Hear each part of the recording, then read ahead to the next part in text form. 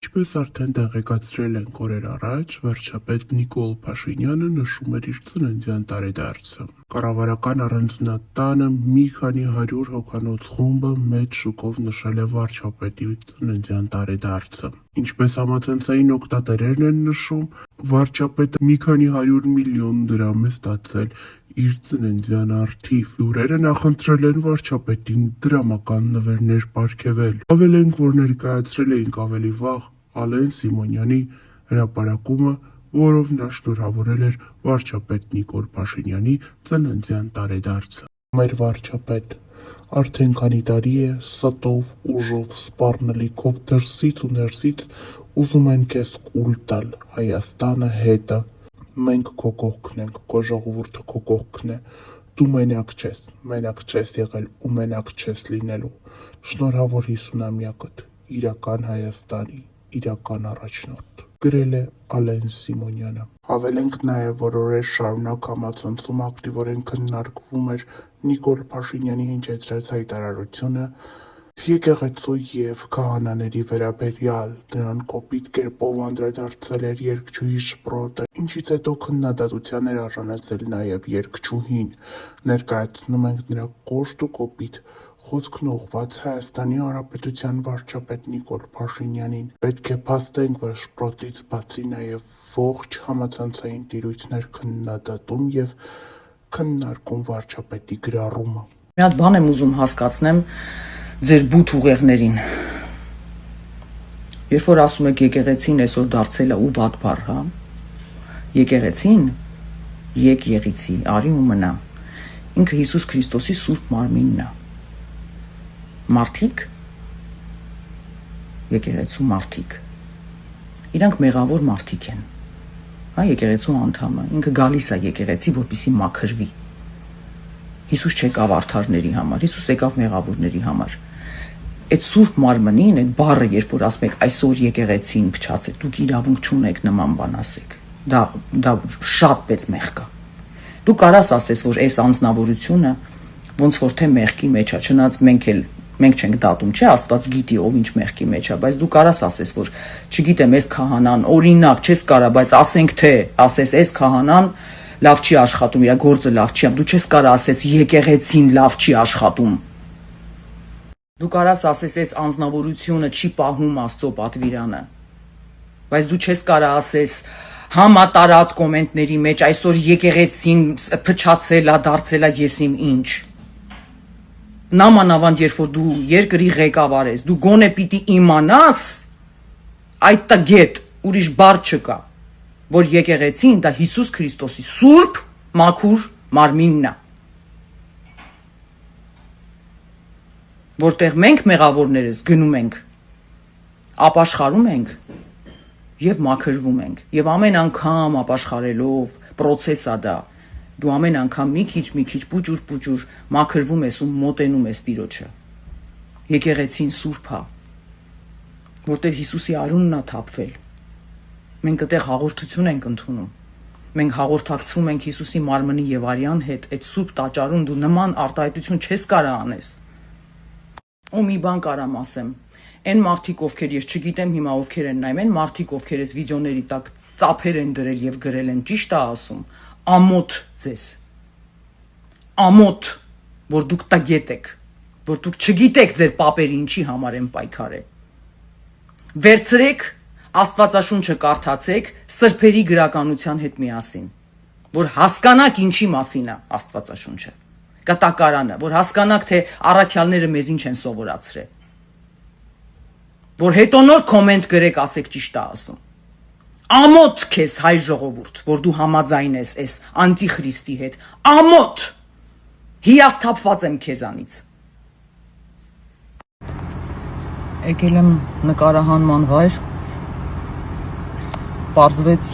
ամբողջ նկարահանման անձնակազմն շոկի մեջ, բոլորը քրիստոնյա են, մեծամասնությունը առաքելական եկեղեցուց են և շվարած նստել ենք, որ գիտենք, որ մենք մեզ պետք է քրիստոնյային վայել, հա, պահենք, Քրիստոս ոնց կվարվեր և մեր պապերը ոնց են վարվել թշնամու հետ։ Երբ թշնամին մտել է մեր երկիր, եւ փորձել է մեր սրբությունները մեր ձեռքից վերցնի, մենք թշնամուն ինչ ենք արել։ Մինիմալ լարել ենք, մորթել ենք, եթե կարացել ենք, հա, այսինքն եթե սրբությանդ կպնում են, ընտանիք, երբ որ վտանգը արդեն եկե հասել է քեզ, ու ինչ ես անում, պաշտպանվում ես զենքով։ Ես ասում եմ, սա Աստծո շնորհքն է, որ այդ մարդը դեռ ինքը շնչում է։ Եվ իմ երկիրը կրակներ չի թափում երկնքից։ Երկրի ղեկավարի նման արտահայտությունները կարան անեծք բերեն պրոստը մեր երկրի վրա։ Հասկանում եք, պատիժ, այդ Աստծո շնորհքն է, որ այսքան հələ այդքան չենք պատժվել, հա, սենց ասեմ, պատժվել ենք, բայց հələ ունենք հող, հələ ունենք սահման։ Բայց իմ պապերը թշնամու հետ ոնց են վարվել։ Գրեք մի հատ կոմենտներում մեր պապերը, երբ որ թշնամին եկել է մեր սրբությունները, մտել է մեր եկեղեցիները, ինչ են արել, քահանայից, մանուկից, զինվորից բռնած, ինչ են արել, լոմով լարել են, եթե զենք չեն ունեցել։ Բայց այսօր այս մարդը եկել է իմ սրբություններին է կպնում, ես իրան ինչ եմ անում հիմա։ Տակը ծափեր եմ դնում, ասում եմ ապրես ճիշտ ես ասում։ Դուք հասկանում եք, մենք ուր ենք հասել։ Որ եկել են քո սրբությանը կպնում են, կապ չունի, որ ինքը ազգությամբ հայ է, հեչ կապ չունի։ Ինքը քո սրբությանը կպել է, դու տակը ծափեր ես դնում, բայց քո պապը դրա համար պայքարել է, լարել է թշնամուն։ Լոմով։ Հիմա այս մարդը ազգությամբ ասում են հայ է։ Եվ բոլոր մարդիկ, ովքեր իրա կողքն են, իրա նման են մտածում, համակարծիք են։ Այսինքն այս մարդիկ թշնամի դարձան մեզ, լինելով հայ, իմ համար է շատ ցավոտ է։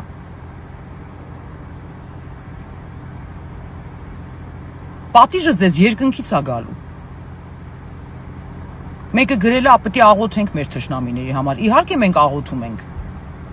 Բայց մեր պապերը մենակ չէին աղոթում։ Մեր պապերը լոմերով լարում էին իրանց, այդ լոմերով այդ նուրբ եմ ասում։ Ես կարդացել եմ Եղիշեն։ Եթե Աննա Հակոբյանը Եղիշե չի կարդացել, մի խորհուրդ եմ տալի Աննա Հակոբյանին, այդ Եղիշե կարդա, նայեք հոգևորականը ոնց էր թշնամին լարում են, այն թշնամուն, ով փորձում էր մտնել մեր եկեղեցի։ Երեխեքը, ջահելները ոնց էին թշնամու հետ վերաբերվում։ Եղիշեի Վարդանանցի գրքի մեջ պրոստը մի հատ կարդացեք էլի։ Մի հատ տեսեք մենք թշնամին, ով որ մեր սրբություններին կպել է, մենք ոնց ենք վարվել։ Մենք գիտեք խի ենք խեղճանում, որ մեր միջից է։ Այն որ չգիտես ինչ անես։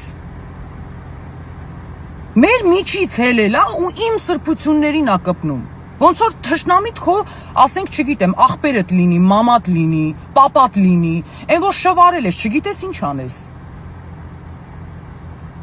Հարևան երկրից լինի, այն որ ասես, հա, գիտենք ոնց վարվենք, չնայած ինքը հարևանների հետ էլ նույն ձև վարվում, ոնց որ աղբոր հետ ես ոնց հասկանում եմ։ Բայց հիմա լավ մենք ոնց վարվենք այս թշնամու հետ, ով որ իմ սրբություններին կպել է, ով որ հայ է։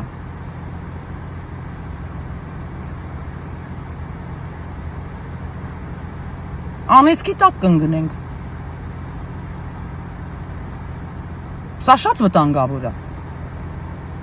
Երկրի ղեկավարը ինքը իր վրա մեծ պատասխան, իրանից լիքը բան պահանջվելու է երկնքում, by the way։ Նիկոլ, քեզանից պահանջվելու է, թե դու ինչ ես արել։ Եթե երկրի ղեկավարին բարկացնում է, դուրը չի գալիս ինչ-որ մի ինստիտուտ, դու պիտի կոնկրետ խոսաս, կոնկրետ ասես այս անձնավորությունը, օրինակ,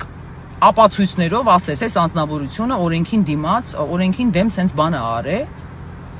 իրան պետք է պատասխանատվության ենթարկենք։ Բայց երբ որ դու խոսում ես ամբիոնից ու բոլորը ոչխարի պես նստած քեզ լսում են, ու դու ասում ես ողջ եկեղեցին դարձել է չուլան, մենք բոլորս տեսել ենք քո նախկին տունը, ինքը շատ նման էր չուլանի։ Եթե դու ունես խնդիր, դու տեսել ես, որ ինչ որ մեկը չի ծառայում, Աստծուն դեմ է գնում, երկրի օրենքին դեմ է գնում, դու կոնկրետ ապացույցներով կարաս պատժես այդ անձնավորությանը, բայց դու իրավունք չունես կպնես իմ սրբություններին, որի համար իմ պապերը, տատերը մահացել են։ Ազգային ժողովից ելնում եք, իրար հայհոյում եք։ Ասում ես համբալ մարդկանց, մեկը դրսում ինչ-որ մեկի վրա թքում է, այն մեկն էլ է, ասենք բոլորը այսօր ազգային ժողովում հայհոյում են, փոխանակ ղեկավարեն երկիրը, լավ օրենքներ ընդունեն, հա, հարգեն եկեղեցին, հարգեն մեր արժեքները։ Դուք ազգային ժողովը սարքել եք այսօր չուլան եւ ավելի վատ գոմ։ Ու ինչ որ դուրս ես եկել ու եկեղեցու մասին ինչ որ վատ բառեր ես ասում, որ մահճակալ կար դրված։ Դու ով ես։ Ով ես вообще քո կյանքով, սենց ասեմ։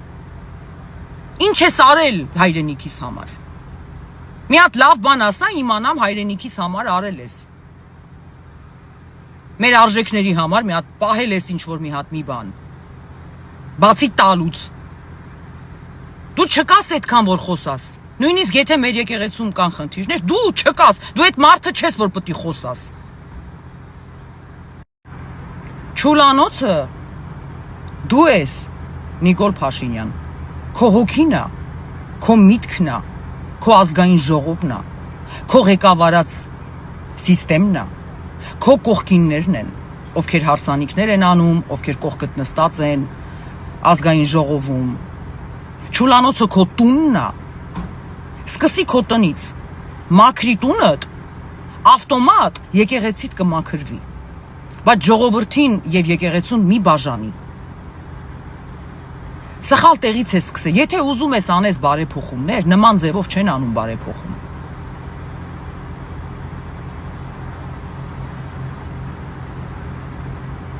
Ես երբ որ ուզեցի, որ իմ կյանքը փոխվի,